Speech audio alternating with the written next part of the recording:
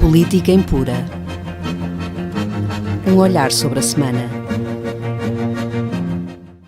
Olá, boa noite. Mais uma vez, bem-vindos ao Política Impura, com a revista da semana das principais notícias e, como habitualmente, com o Henrique Prior. Olá, Henrique, boa noite. Boa noite, Olga. Boa noite, senhores espectadores e ouvintes. Prazer em estar convosco. E vamos começar com a notícia de que o Tesouro português reembolsou mais depressa ao FMI e ainda reforçou a almofada de liquidez e espera chegar ao final do ano ainda com uma salvaguarda maior do que tinha inicialmente planeado. O que me dizes a respeito desta notícia? Ora bem, é uma boa notícia porque o empréstimo do FMI é o empréstimo mais oneroso, bastante mais oneroso que o empréstimo das instituições europeias.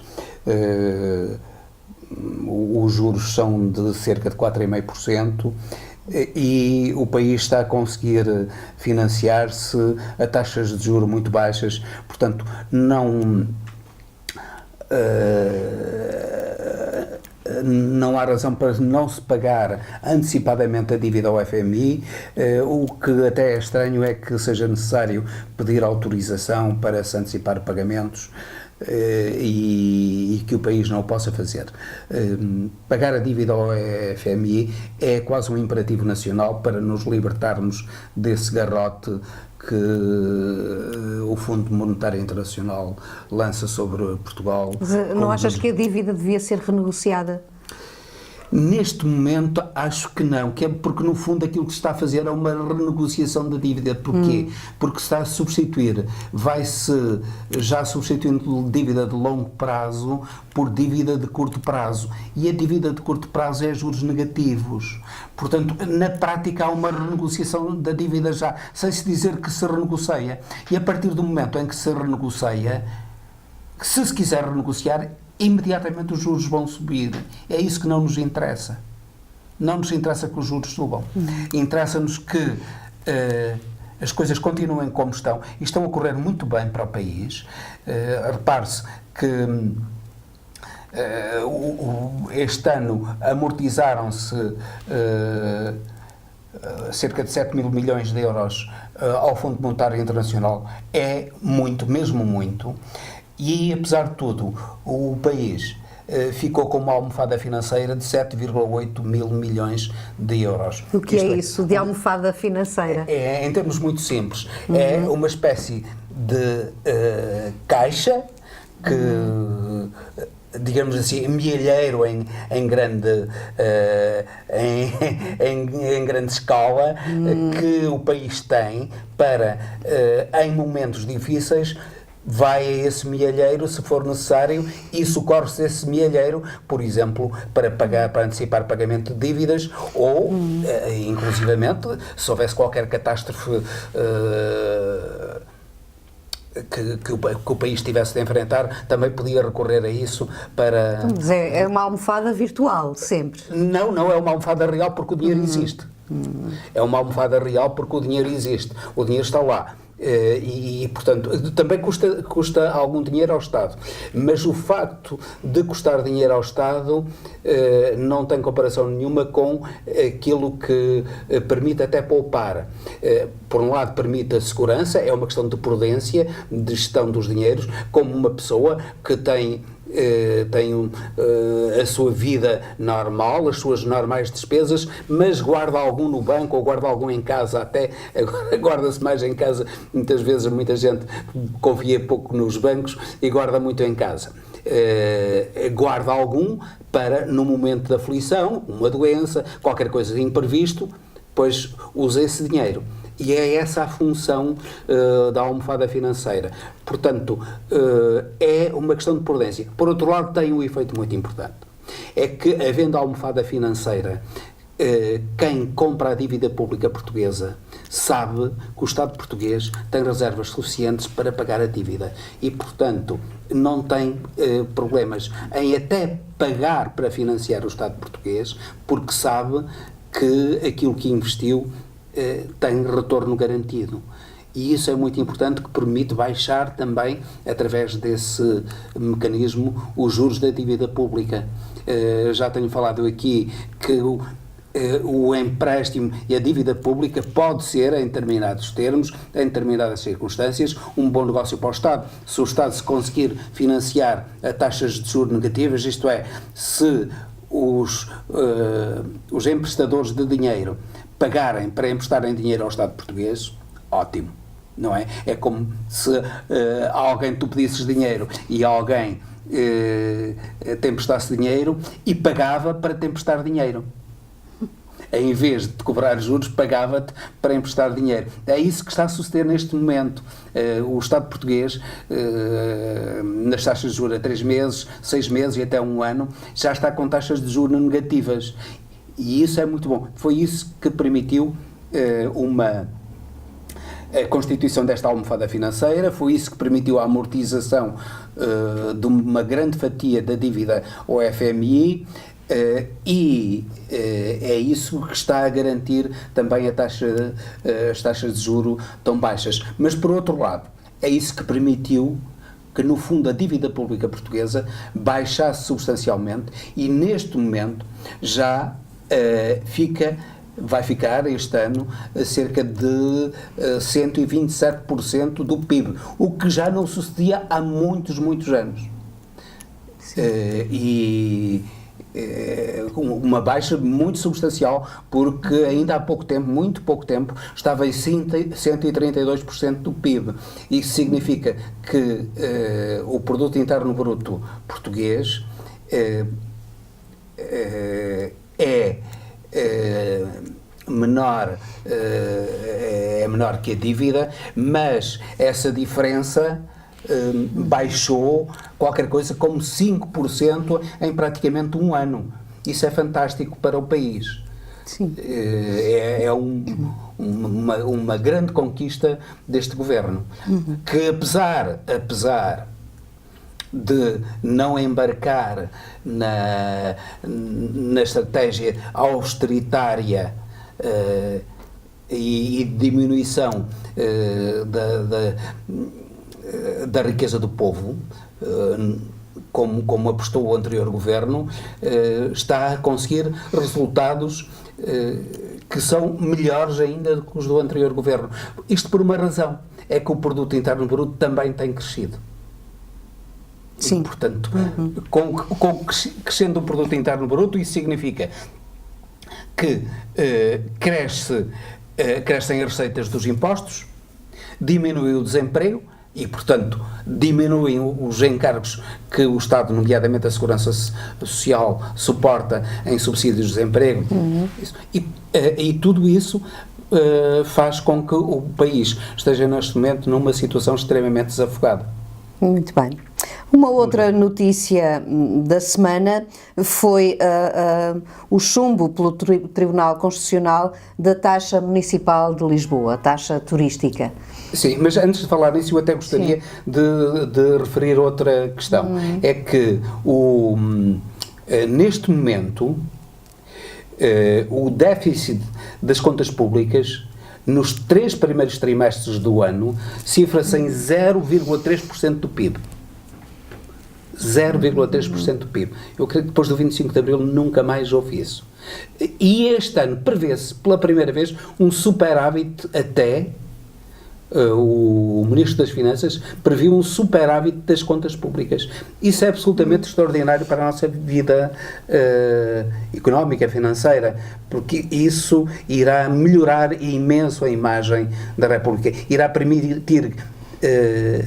E vai melhorar a vida dos portugueses? E vai melhorar muito a vida dos portugueses, porque os juros que pagam pelos empréstimos são também mais baixos, e por outro lado, isso significa também que nós temos ainda uma almofada para aumentar os rendimentos de quem trabalha, nomeadamente de quem trabalha para o Estado. Isso é muito, muito importante.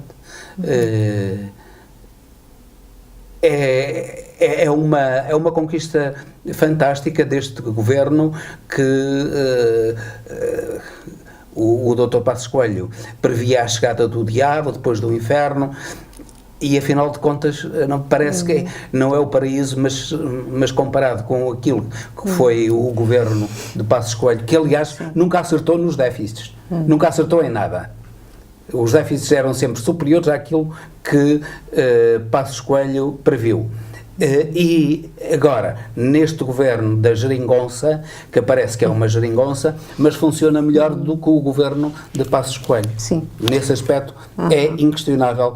Os déficits não só são cumpridos, como são cumpridos pela positiva, isto é, eles estão abaixo daquilo que é programado pelo próprio governo. Coisa que não sucedia, bem pelo contrário, no que toca aos governos de Passos Coelho, eles estavam sempre superiores àquilo que previa o próprio governo. Temos que avançar, Henrique. Tenho aqui muitas perguntas para lhe fazer. Uma outra notícia, então, é o chumbo da taxa Eu acho que isso é uma questão formal e lança-se muita poeira sobre uma coisa que não tem grande importância. O que é que o Tribunal Constitucional decidiu? Decidiu que a taxa que a cidade de Lisboa resolveu impor não era uma taxa, isto é, não tinha como contrapartida um serviço por parte da Câmara, mas era um imposto. Portanto, desde que não, a diferença entre taxa e imposto é esta. Quando uma instituição, uma autarquia, por exemplo, ou a administração central presta um serviço ou dá um benefício a um cidadão,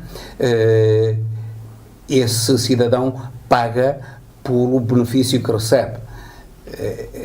Sei lá, como as taxas de estacionamento. Dá-se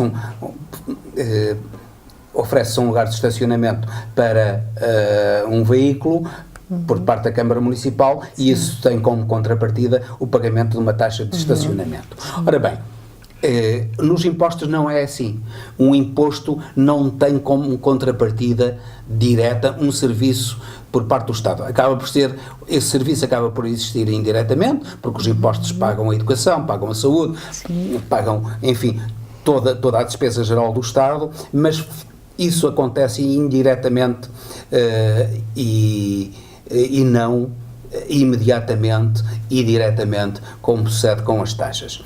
Ora, aquilo que o Tribunal Constitucional decidiu é que se trata de um imposto, porque não tem uma contrapartida imediata, um benefício imediato para o cidadão, e quem tem poderes constitucionais para lançar impostos é a Assembleia da República. As câmaras não têm poderes para lançar impostos, mas apenas para lançar taxas. Daí esse chumbo que a Assembleia da República pode resolver muito facilmente. À semelhança de Lisboa, há outras cidades também que pretendem lançar Gaia, nesse Porto, imposto. Isso. Eu penso que isso só será possível, realmente o Tribunal Constitucional tem razão, acho que esse tipo de contribuições, que é um imposto e não uma taxa, só podem ser decididas pela Assembleia da República e, portanto, desde que a Assembleia da República decida que todos os municípios podem aplicar esse tipo de impostos dentro de determinados limites, eles poderão voltar a vigorar e aquilo que neste momento a Câmara de Lisboa tem de repor, no futuro vai arrecadar novamente. Muito bem. Entretanto, o Presidente da República promulgou o aumento do salário mínimo para 580 euros. É um aumento ainda muito pequeno. É muito insuficiente. Reconhecemos que é insuficiente e se calhar poderia ser maior. Infelizmente, nós temos um tecido económico relativamente frágil e, sei lá, um café que tenha um empregado tem algumas dificuldades de pagar o salário, um salário condigno ao empregado. No entanto, há outro tipo de empresas que têm que têm um grande número de funcionários, de empregados e de trabalhadores, e essas empresas têm lucros bastante elevados e frequentemente aquilo que fazem é transportar esses lucros para o estrangeiro, para paraísos fiscais. Vimos agora como é que o CTT agora tem-se falado muito na forma como o CTT tem remunerado os acionistas de uma maneira absolutamente escandalosa, fazendo com que a riqueza nacional seja transferida para o estrangeiro, mas não só a riqueza produzida, como a riqueza acumulada. Grande parte do valor acumulado pelo CTT tem, através de venda de património, tem sido transferida para o estrangeiro através da remuneração dos lucros dos acionistas. E isso, os salários deviam também ter em conta, em meu entender, o salário mínimo nacional devia ter em conta esse tipo de situações. Há determinado tipo de empresas para as quais o salário obrigatório devia ser maior. Outras... Sim, o português é um dos mais baixos da Europa. Um dos mais baixos da Europa. É impossível conseguir viver com 580 euros, menos os impostos. Menos os impostos. Também quem recebe 580 euros praticamente não paga impostos. Mas, além de que nós temos relativamente à Europa, uma outra coisa é que nós temos o 13º mês, que é uma coisa que na generalidade da Europa não existe. E isso acaba por complementar um pouco o baixo salário mínimo. O grande problema é que neste momento os trabalhadores que recebem o salário mínimo são uma grande percentagem dos trabalhadores nacionais. E se fossem apenas os trabalhadores não qualificados e que iniciam a sua atividade laboral, seria mais ou menos, digamos assim, seria mais ou menos aceitável.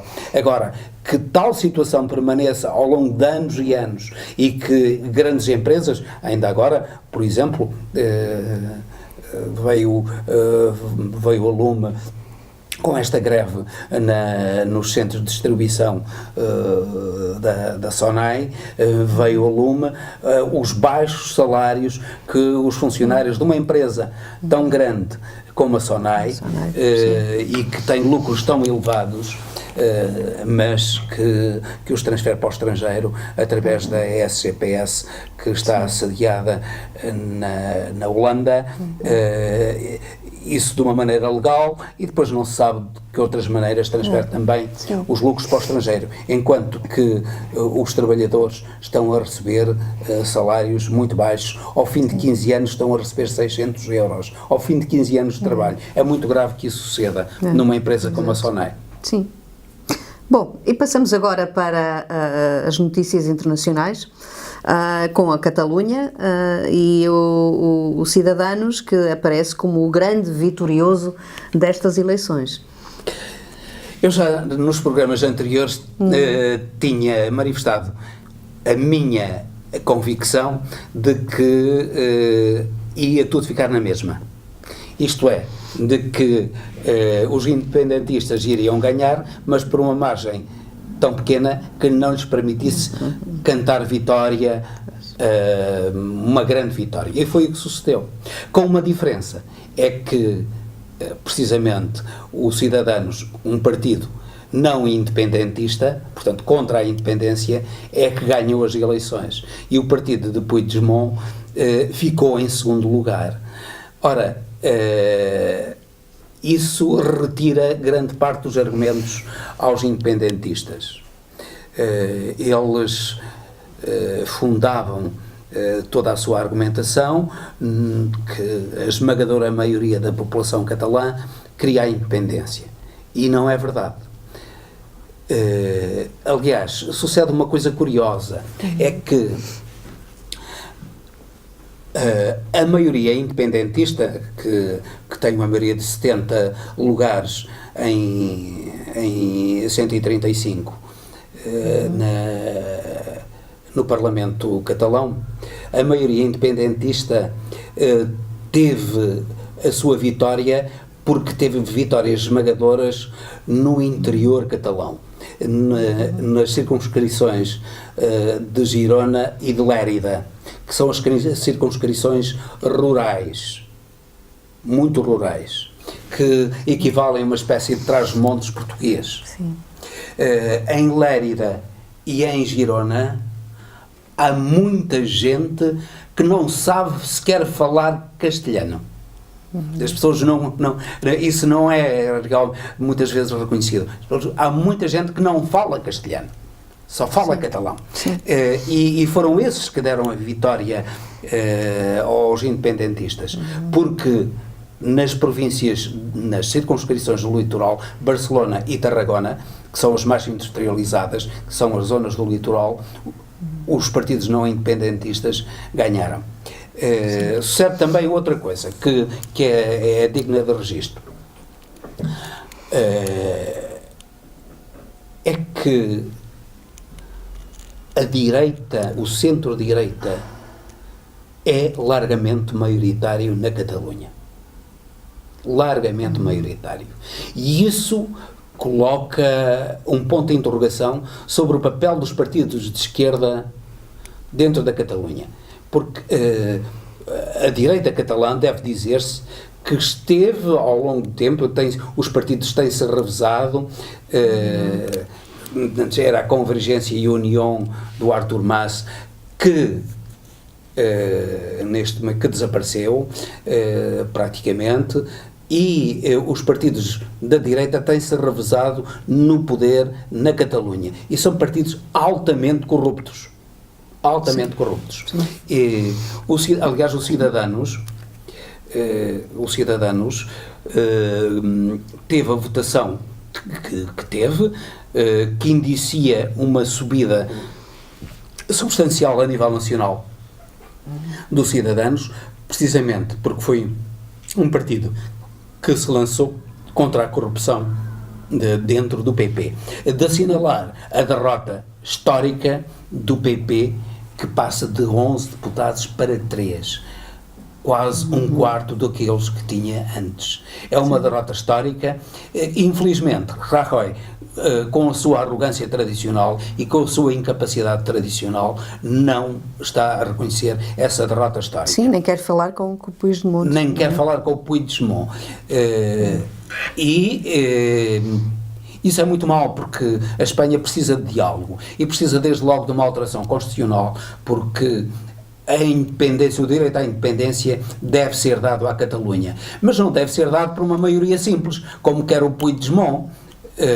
Metade dos votos e mais um, pronto, e amanhã se calhar se dois dos que votaram a favor morrerem, já não a maioria que votou pela independência já não é uma maioria. Para haver o mínimo de seriedade neste voto a favor da independência, deveria haver uma alteração da Constituição Espanhola, no sentido de que a independência fosse concedida desde que obtivesse uma maioria qualificada de 2/3, por exemplo. Só assim é que havia um mínimo de certeza e seriedade nessa votação. E infelizmente Rajoy continua fechado a isso. Eu penso que o Partido Socialista Espanhol, o PSOE espanhol, vai exigir essa alteração na Constituição. Esperamos que exija essa alteração para que o processo político em Espanha não seja bloqueado e eventualmente não se passa em uma luta do género daquela que sucedeu no País Basco, que também é de temer que aconteça. Sim, claro. Entretanto, a ascensão da extrema-direita na Áustria é uma realidade mais que anunciável. Ou mais que anunciada, como é que é possível? Nós espantamos como é que é possível. Ora bem, nós muitas vezes esquecemos que Hitler era austríaco. Sim. Não era alemão, era austríaco. E a Áustria tem uma tradição muito grande de antissemitismo. Não é muito de admirar que a extrema-direita tenha triunfado. Agora, o que é de admirar é que tenha triunfado da maneira que triunfou, com uma maioria confortável, e que um partido chamado Partido da Liberdade seja um partido que nega o Holocausto, prega o antissemitismo de uma maneira suave e encapotada, porque não o consegue neste momento. É difícil que o faça de uma maneira clara, às escâncaras, mas no fundo prega isso. O Sebastian Kurz, que é o novo chanceler, prega esse antissemitismo de uma maneira encapotada, mas prega. Sim, claro. É lamentável que a Europa ainda tenha essas nódoas negras que voltem a manchar a história da liberdade e da dignidade europeias. E a Áustria é um exemplo dessa nódoa negra.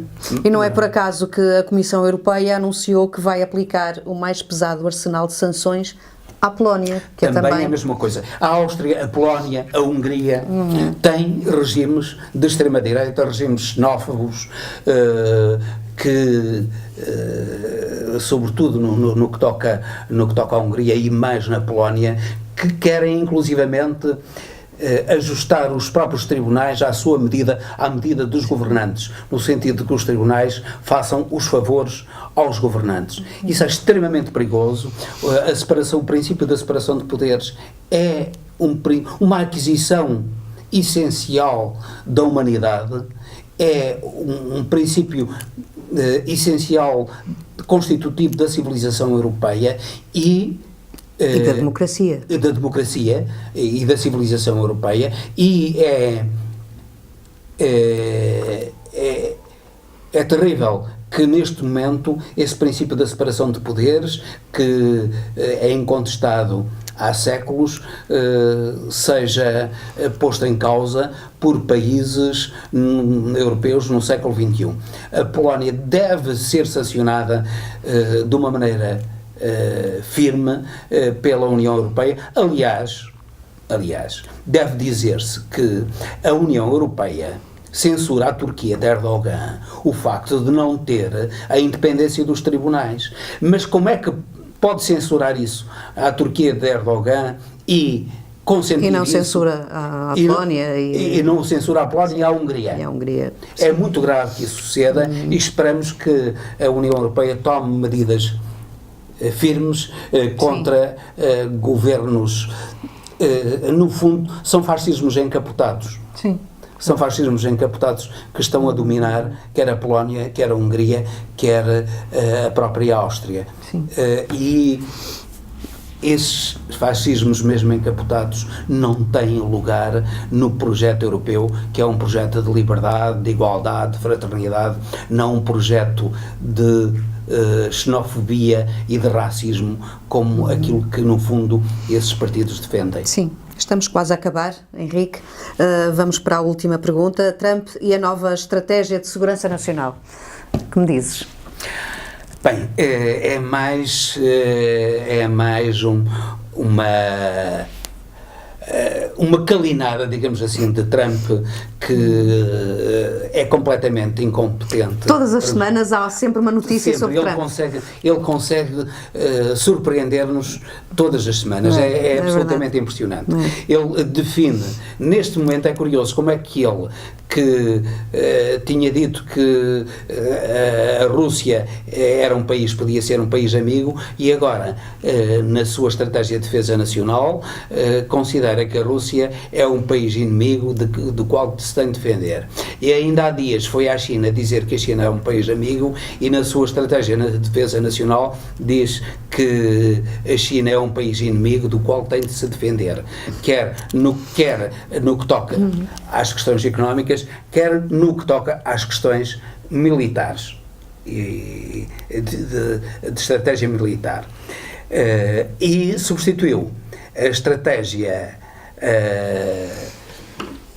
Ásia-Pacífico, isto é, uma ligação entre a Ásia, em termos gerais, e a América por uma estratégia Índia-Pacífico, na medida em que considera a Índia, e é verdade, que a Índia é uma aliada fiel da América, tem um governo que não anda longe do Trump. O governo da Índia não se fala muito. A Índia é um país que não é muito falado no Ocidente, mas tem um governo de direita, xenófobo dentro da própria Índia, e racista dentro da própria Índia, é com esse governo também, que aliás eles, como se costuma dizer em bom português, quando se juntam aos pares, Trump junta-se com esse governo xenófobo da Índia, que para Trump constitui uma cintura de defesa contra a China e contra a Rússia. Sim. Pronto, não sei se terás mais alguma coisa para acrescentar.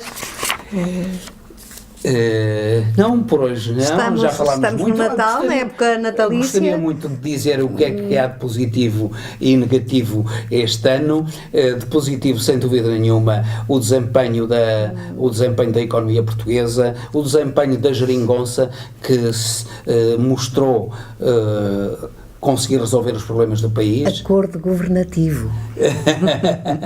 Mas eu gosto muito de geringonça, porque geringonça é algo de inventivo.